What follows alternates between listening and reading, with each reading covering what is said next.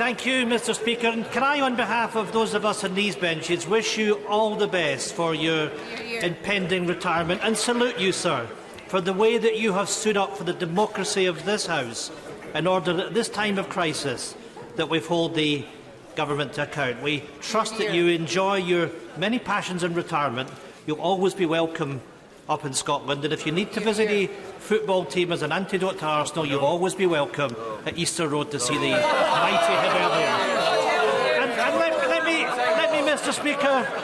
Mr Speaker, wish England all the best for the rugby on Saturday. Mr Speaker, this Prime Minister's extreme Brexit will take a wrecking ball to the economy and cost Scotland and the United Kingdom up to £70 billion a year. You know, Mr Speaker, we can talk about the impact of Brexit and they howl and complain because they know the reality that it's going to damage people's life. Isn't the truth, Prime Minister is willing to throw Scotland under his big red bus to deliver his Brexit, no matter what the cost? Mr Speaker, as the right honourable gentleman knows very well, the greatest damage that could be done to the Scottish economy would be their reckless plan to break up the union with the UK. 60% of Scotland's business, of Scotland's exports, is with the rest of the UK. They would be throwing away not just the biggest block grant in history that Scotland has received this year, but of course all the benefits of membership of the most successful political partnership in history, from shipbuilding in Govan to the Glasgow Climate Change Summit next year, Mr Speaker, which will be a glory of our whole United Kingdom, and which is coming to Scotland precisely because Scotland is part of the United Kingdom. And they would throw all that away, Mr Speaker, with their crackpot plan for borders at Berwick and creating a new Scottish currency, Mr Speaker, or joining the euro, worse still, going into the European Union, handing back control of Scotland's fisheries, Scotland's spectacular marine wealth, just at the moment that they've been won back by this country, handing back control of those fisheries to Brussels. That's their policy, Mr Speaker. I look forward to contesting it at the barricades. You know, Mr Speaker, I thought it was Prime Minister's questions, not a rant from the Prime Minister. And I have to say... Order! Mr Kerr, I'm seriously worried about your condition. Calm yourself, man. Oh, I'm very concerned for you. Calm down. Ian Blackford!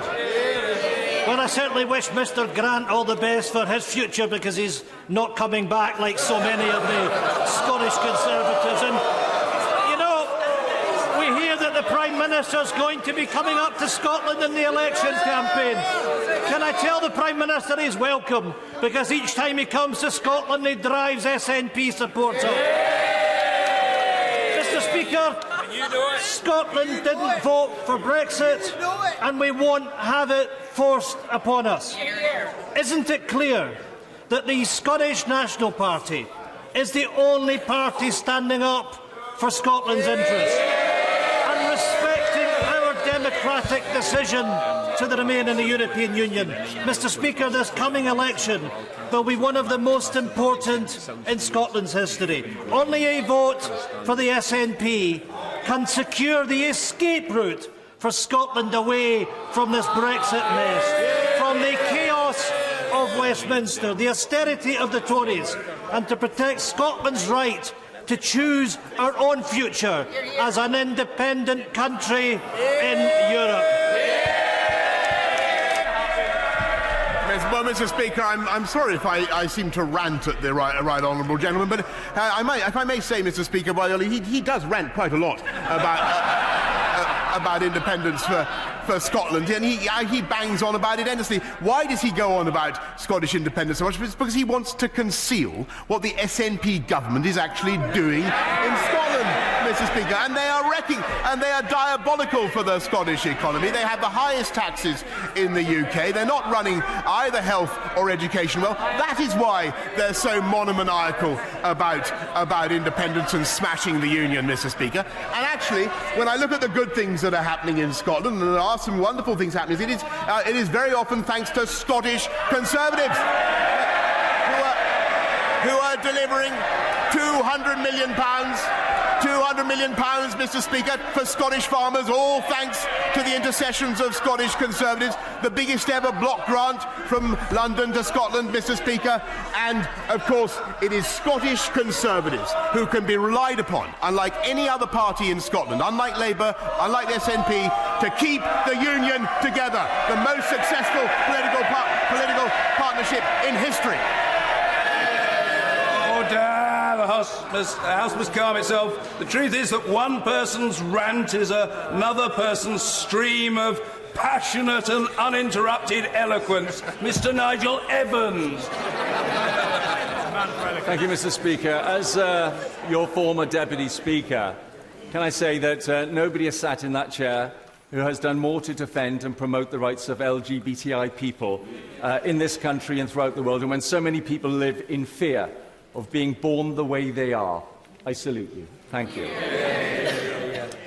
Prime Minister, the Guardian newspaper last week reported that the largest number of happiest people live in the Ribble Valley. And I believe you have the capacity to make them happier. Will you ensure that of the 153 extra police that are coming to Lancashire,